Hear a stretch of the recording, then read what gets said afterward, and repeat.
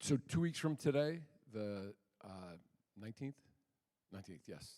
Sunday the 19th, do our second Beit Midrash, which is a coming together and wrestling with and debating the scriptures in groups.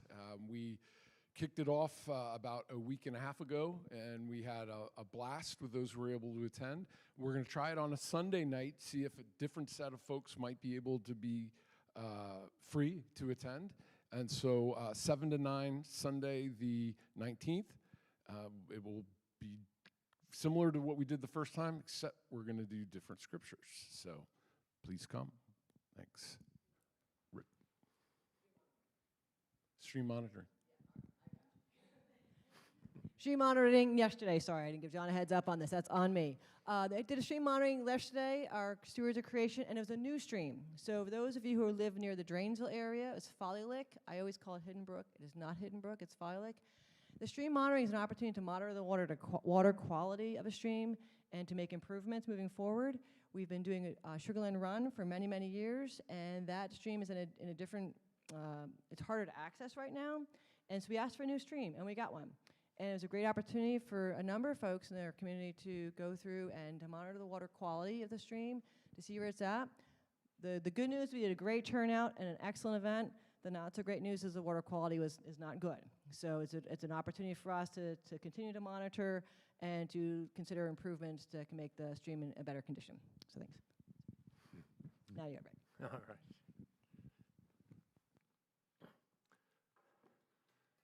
All right, good morning.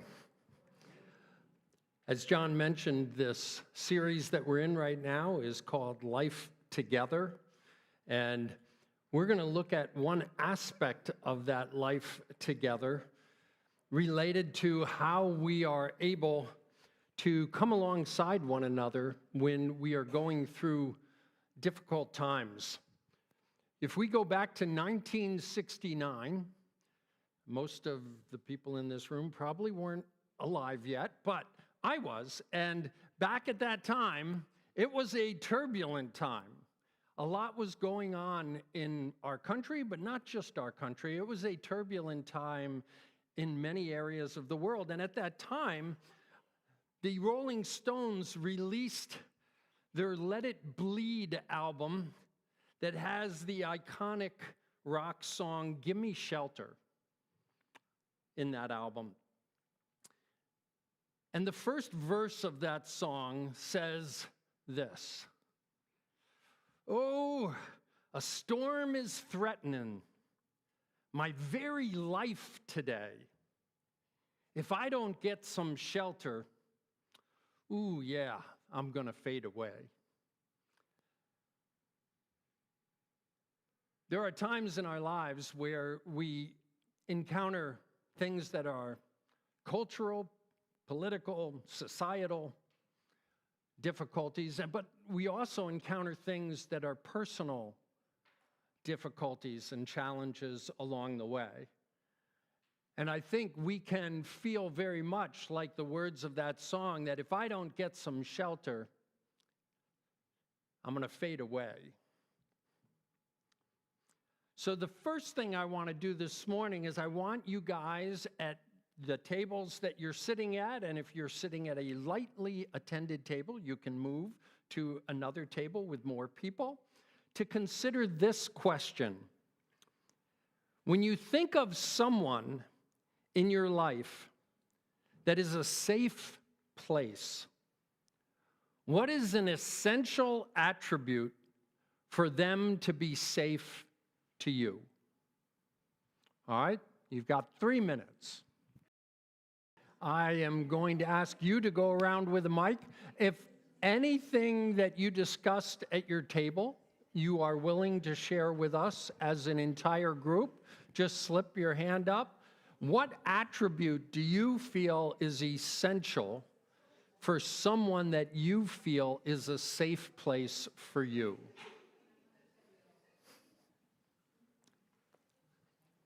And we don't have Eric here this week to get us started. So my table talked about, well, I talked about what I thought was really essential for someone to feel like a safe place for me. And one of the most important attributes was being non-judgmental. And then Philomena said being an active listener. And I thought that they both went really hand in hand. You need the non-judgmental part so that you can speak everything that you're feeling. You can let everything out. And I really liked one of the songs today. One of the verses that just stuck with me said, let the shame like unravel. And that's really what you're doing when somebody is actively listening and not being judgmental. Yeah. Good stuff. All right. Any others?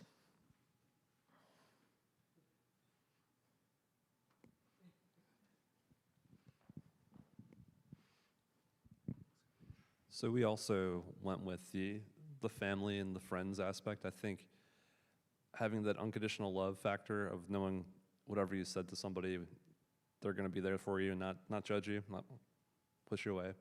I was also really hoping we were going to play the Gimme Shelter song, so maybe it's coming at the end. Good stuff. Hello. So our table discussed very much what Angelina's table talked about, the non-judgmental piece, and then just having compassionate, the active listening, and trust. Like to be able to go to someone and know that you can tell them something without them judging you or just thinking something different before, you finish saying what you're saying. Yeah. So, yeah. Good stuff. All the way. She's not going to meet me halfway. Candace. Okay. Oh. Well, we. Go for it.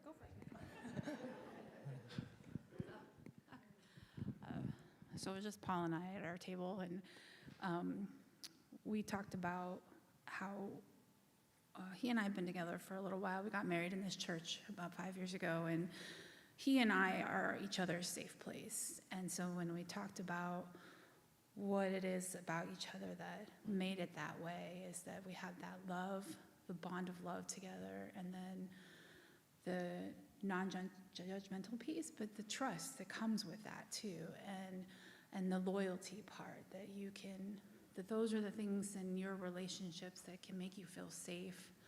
And it doesn't have to be just husband and wife, but just in all relationships, some of those are the key factors that you find in others that you can then have a safe place to share. So. All right.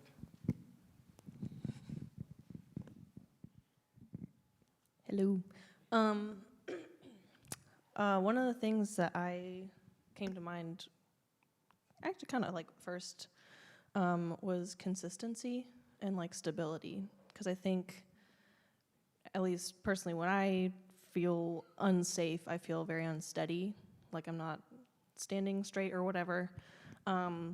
So to have someone who's consistent and steady feels safe because it's something to like hold on to. And so I think that's also how like your therapist or counselor might not be a close friend or a family member, but you can still feel safe with them because it's a consistent, stable, controlled environment, which can help you feel like comforted if you're freaking out. So that's kind of what I thought of, just like consistency and stability to kind of bring you down from, Yeah. you know. Yeah. Good stuff. I will add one more thing on our tables here, as long as what you said, is availability. Like creating space for people and being available for them also is really important, along with the lines of what Corey said. All right. That's good. Thank you. Thank you. All right. If we start off, I want you to look with me at God being our example in this. And I'm going to go to a passage in Isaiah 25, and it says this: "You, God, have been a refuge for the poor, a refuge for the needy in their distress," when they're like that. "A shelter from the storm and a shade from the heat." All right, and that passage right there, that's actually the first half of the verse. It's actually similar to other things like that God is a strong tower, the the righteous run into him and they're safe. You know, that whole idea that God is this protection. But I like this verse because it goes on to say, and it took me by surprise at first, for the breath of the ruthless is like a storm driving against a wall, and like the heat of the desert. So God is this refuge, this place that we can get out of the storm, and this shade that protects us from the blistering and likely deadly heat of the day. And then he goes on to say, these are the attributes of the ruthless. And I had to go back and look this word up, because when I think of ruthless, I immediately spring to, I think, the common aspect of that word that is like cruel people, all right? But that's how we use it perhaps contemporaneously, but it's not really the inherent meaning of the word. It means having no pity, being without mercy. All right, now, the outworking of that can be a person who is cruel. But I look at my own life and I see, especially as I take a long view back on my life, this wasn't a strong suit for me, being compassionate. And I think that I could have been defined as being ruthless just because I was oblivious to other people's suffering, other people going through times of difficulty. And it was actually something that I felt like God called out in me repeatedly, that you missed this because you weren't even like aware, or even having kind of an awareness about you that was plainly evident if you had had eyes to see. So I went and I thought ruthless. And actually there's the root word Ruth. All right, not the person's name, the word Ruth. All right, new word to me. I've never seen it used in print as standalone, and I've never heard it spoken as a standalone word. But it means compassion for the misery of another. And there's actually yet one other new word, at least it was new to me, ruthful. Being ruthful, the primary definition, tender. Being tender. And I love it because it speaks to the condition of the heart towards others. That God is a protection from the ruthless. He is a protection from those who mean to do harm, but also a protection from those who, out of their self-consumed nature or just being oblivious to the world around them and the suffering of people around them, that they don't possess that mercy that God really wants each one of us. So he protects from the ruthless, but he calls us to be ruthful. You know, we shared communion today, and it's part of this whole idea of calling us, as John said in his communion thoughts, this idea of us celebrating who we are together. And part of that is that out of the relationships in this community that we call Oak Brook,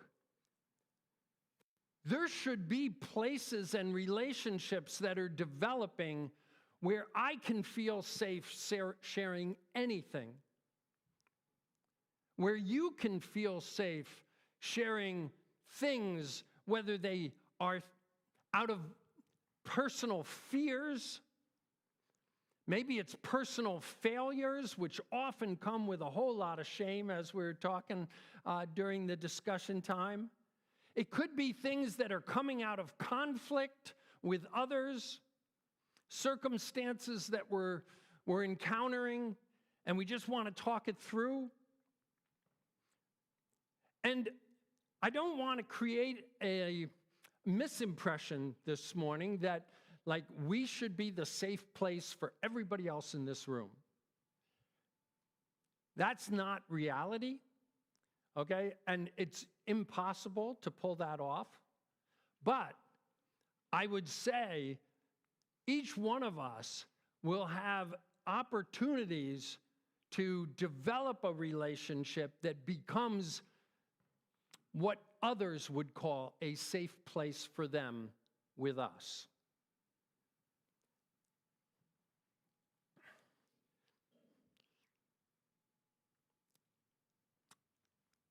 David writes in Psalm 23, "Even when I walk through the darkest valley, I will not be afraid, for you are close beside me." Now he's talking about his relationship with God there. "Surely your goodness and unfailing love will pursue me all the days of my life, and I will live in the house of the Lord forever." God is our example of what it is to be a safe place.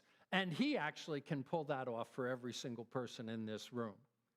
But he stands also as a stellar example of what it is to be a safe place. As several had mentioned during our sharing time, this is a no condemnation zone. God, in my life, God has always been encouraging as I've brought him my messes. I can't say that I hear God absolutely crystal clearly at all times, but I've never heard him say, "Rick, you are such a jerk. You are such a disaster. When are you going to get your life together?" Never. Never. It's interesting, someone who came to be one of Jesus' disciples that was really a mess, had really kind of lost his way, was Matthew. I mean, being a tax collector was a collaborator with the enemy, all right? These are the kinds of things that you get executed for after regime change. Like when the people get their country back, they kill you because you were doing that thing that allowed the enemy to hold on to power as an occupying force. Matthew was a traitor to the people of Israel. And in his gospel, we have this passage in Matthew chapter 9. As Jesus went on from there, from the paragraph before, he saw a man named Matthew sitting at the tax collector's booth. He looked at him and he said, "Matthew, you are a total disaster." No, that's not what it says. He said, looked over at him and he said, "Follow me." And Matthew got up and followed him. That's extraordinary. Jesus reached out to one of the most reprehensible, well, not one of the most reprehensible people, but one of the people doing one of the most reprehensible jobs and said, "Follow me." He didn't say, "Hey, listen, when you realize what a mess you are and you come to me and ask for forgiveness, then I'll check it out, see if it's legit, and then see if you're worthy of following me." No. This was a judgment-free zone. Jesus didn't endorse Matthew being a tax collector. He didn't say, "Hey, it's all good." But he did say, "Come and let's do life together." I think it sets up for us how God models for us in the life of Jesus, but also as God himself, the Father, has represented himself throughout Scripture of the heart of God towards each one of us. So we have this awesome privilege of having a God who is a safe place at all times for us. And maybe perhaps you've had the privilege of having another person in your life, or several, that are truly a safe place for you, where you can share anything. We moved down here from New York, and I had been a part of a church up there for quite some time, and Wendy and I got to know a couple very closely. And the husband, a gentleman named Paul, he was a guy that was probably 3 or 4 years younger than me, but he acted like he was about 10 years older than me. He was an old soul. And we would get together every Sunday morning before church got started. And we would hang out together. And we'd share things that I wasn't sharing with any other guy. And it was a time where that relationship, I knew without a doubt that he was a safe place. He was steady. He was a constant. And I hope he felt that way about me, but I know I felt that way about him. Those kinds of relationships, if you ask me, I feel they're rare, but when you have them as part of your life walk, it's incredible. Now, as I said earlier, this was not my strong suit. And what I would tell you is God, in particular instances along the way, pointed out to me my obliviousness to the suffering that was around me. And that kind of like, this is part of bring that awareness level up. But I will tell you what really made this something that changed for me, and this is just my story. I'm going to share it this morning, not as a model, all right, but just this was what kind of broke the wall down between how I was doing life and how I choose to do life now. And it was roughly 15 years ago that I had a season in my life where I just I'll put it this way, I was overwhelmed with the presence of God, all right? I'd be sitting at my desk, and all of a sudden, I would just have tears streaming down my face, all right? And I do cry easily, so that wasn't a total shock, but not usually at my desk, all right? And I remember at that time, the prevailing breakthrough notion of those times with God was, I love you. His part speaking to me. I love you. That was it. It wasn't, I love you because.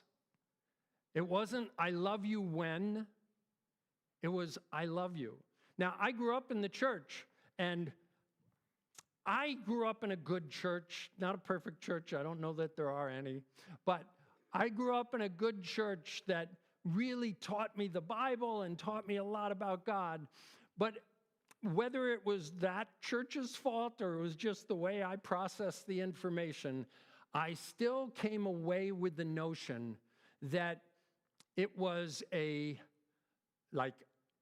litmus test, like how good were you this week? And that God's view of you, his happiness with me, would be kind of on a scale. So like if I had a good week, then his happiness would be higher.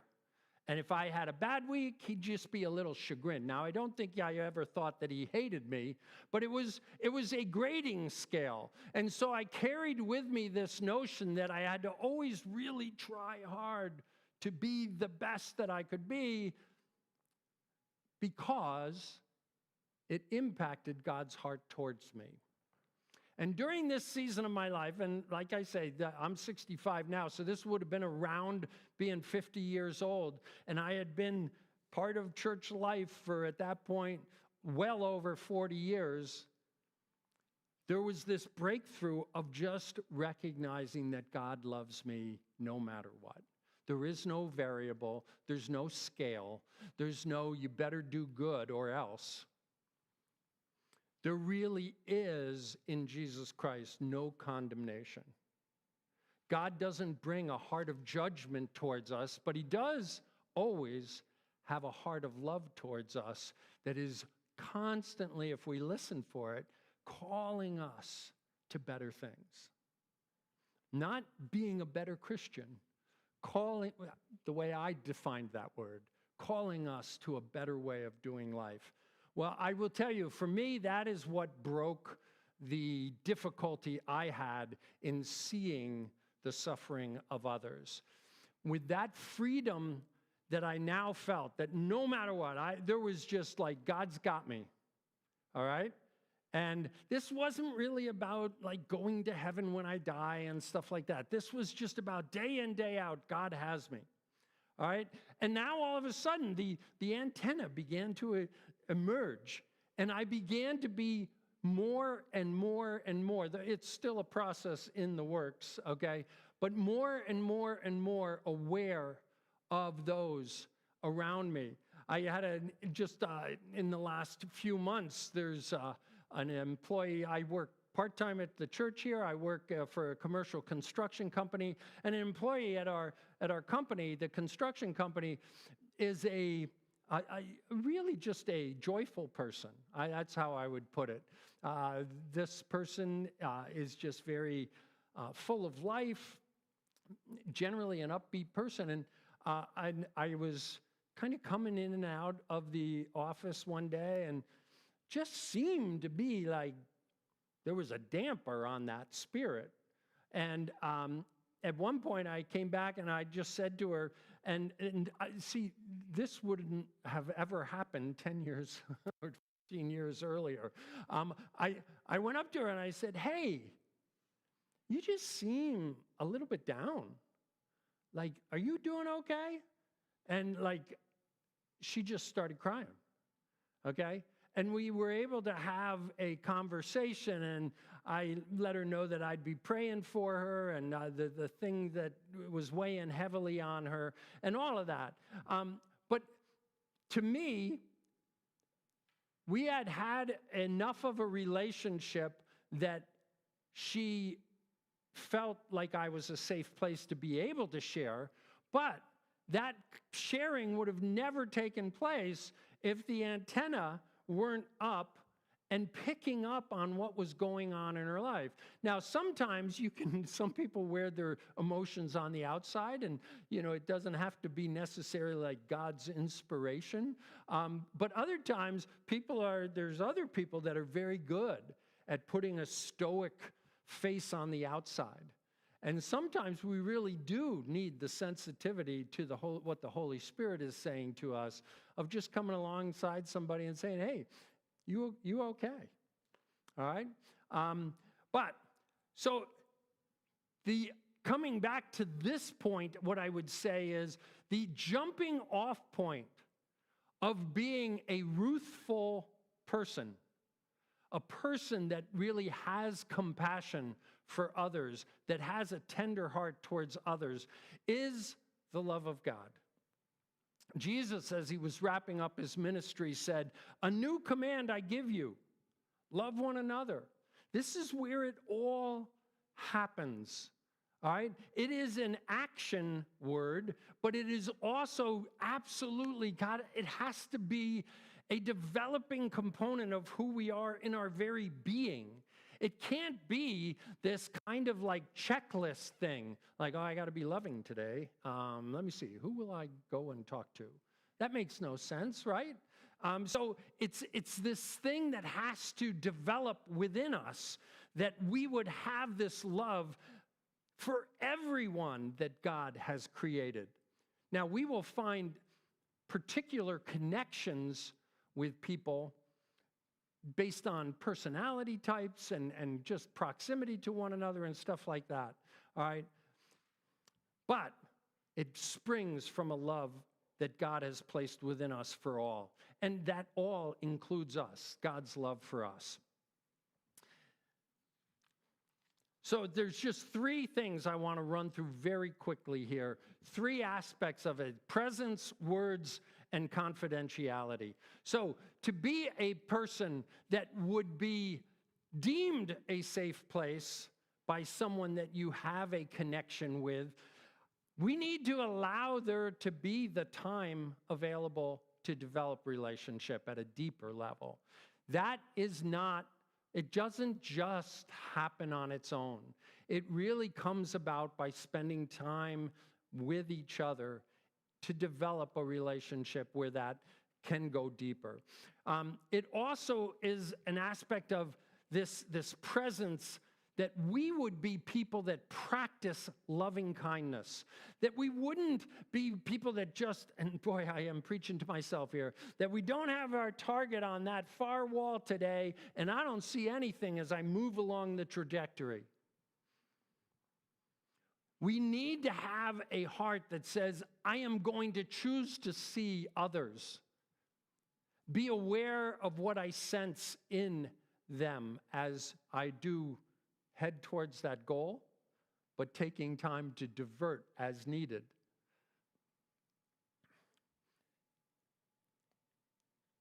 And if you are in a place where someone chooses to share the deep things of their life, just listen. I said in my notes here, don't talk. I then wrote in parentheses, much. Okay? Words probably are necessary, but they're a lot less necessary than we think. Listen. And don't be looking past them to something else that's going on. Don't pull your phone out to check a new message. Okay? I mean, those are really clumsy ways, but there's plenty of other ways we can send the message, hey, I got other things to do. Can you speed it up here? Instead, allow the person to understand that they are the focus and that you are actively listening. And then, as many have said, that we would be a judgment-free zone. Paul in Romans 15 says, accept one another then, just as Christ accepted you. Well, I'll tell you what, Christ has accepted me my entire life in all of my doofusness, in all of my messiness, and he has never condemned me. And so our role in walking alongside others is to come alongside, hear what needs to be shared, and then, as we'll get into a second, the idea of using words very carefully. And then the last one is just share the load.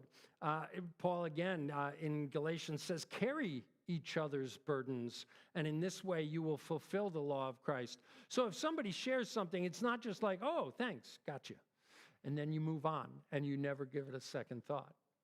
All right? No, this is something where you take it with you, and it becomes something that has a heaviness for you because you care about that person, and this is going to be something you carry with you, and it's very reasonable that the next time or the next time you have an opportunity to hang out with that person to just say, hey, how's it going?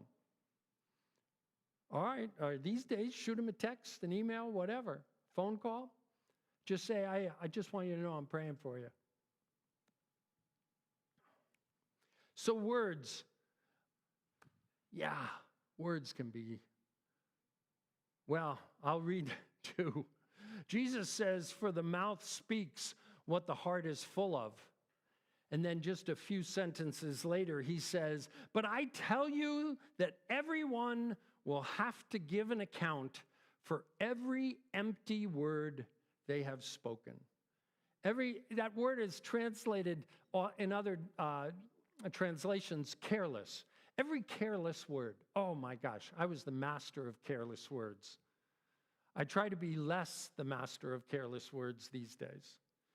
But that whole idea of just remaining really careful with what we speak in the midst of meaningful, deep sharing.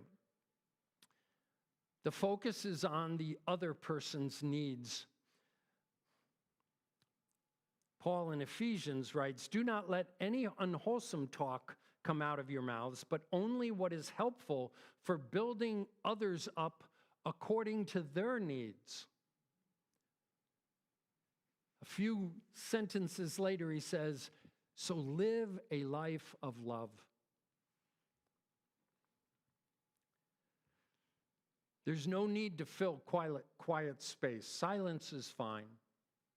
To just sit with someone after they've shared something that is difficult, deep, it's okay just to sit there.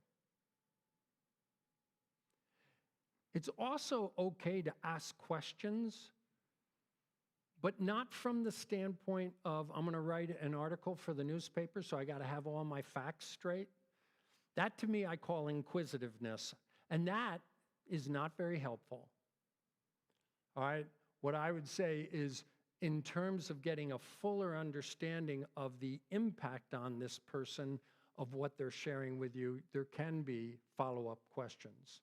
I've shared before from up here that a friend that I was part of this church years ago introduced me to a two-word phrase. Very simple. Somebody shares something, and this even isn't always appropriate, but it is really good in certain instances. As they finish sharing, and you look at them, and you go, "Say more." Meaning, what else, like, a good example of where this could come in, like you pass somebody who seems like a little down and you go, "Hey, you doing okay?" And that somebody goes, "It's been a tough week." And then to say to them, "Say more. What's going on?" All right? It doesn't require them to say anything, you know. They can still kind of seal it off and keep it inside them, but it shows a readiness and a willingness to engage in a meaningful, deeper way with them. I mean, it's okay to say, "I'm so sorry. How can I help?"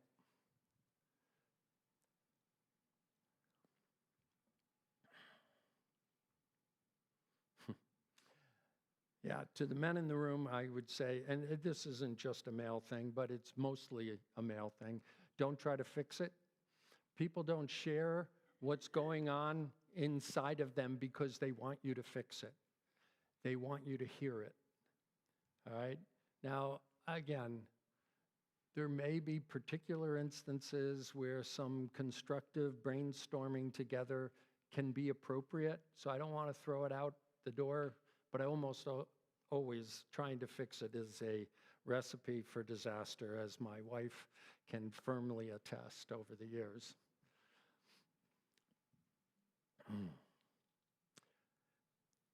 So the last thing, this is just real simple. Confidentiality.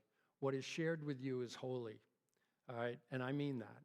The deep things in somebody's life, they are holy. Do not kind of stomp on that holy thing by sharing that nugget with somebody else. It is so appalling when I even think about it that that would be something that could be misused, the damage that can be done.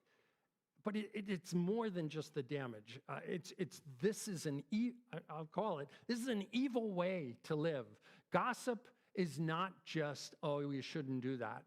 Gossip is so damaging and detrimental that we need to take a massive stand against it if it's something you struggle with in your life, okay?